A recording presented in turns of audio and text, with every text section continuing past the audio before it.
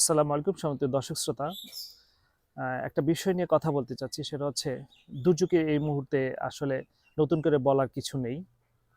আমরা আসলে মানবজাতি আমাদের বিভিন্ন সময়ে বিভিন্ন ধরনের সমস্যার মধ্যে পড়তে হয়।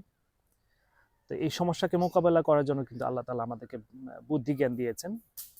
যখন যে অবস্থা তখন কিন্তু সেই রকম ব্যবস্থা আমাদের করতে হবে।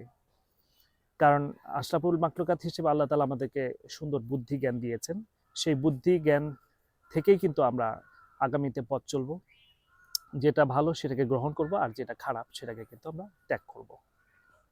তা আমি যে বিষয়টা জানাতে চাই সেটা হচ্ছে, গত দুদিন হলো কিন্তু দেশের পরিস্থিতি কিন্তু তেমন ভালো নয়। এই ছাত্র আন্দোলনের পরে এখন বন্যা, একটার পর একটা কিন্তু বাংলাদেশে কিন্তু বিভিন্ন ধরনের সমস্যা লেগেই আছে। তো সকল সমস্যাকে ইনশাল্লাহ আমরা যদি সবাই একতাবদ্ধ থাকি, সবাই যদি আমরা সম্মিলিত হই, তাহলে কিন্তু সকল ধরনের বিপদ থেকে আমরা উত্তরণ পেতে পারি।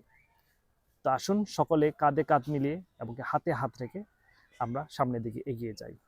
সকলে ঐক্যবদ্ধ হই এবং সকলের সর্বস্ব দিয়ে, সকলের যা কিছু আছে তা দিয়ে আমরা সহযোগিতা হাত বাড়িয়ে দিই।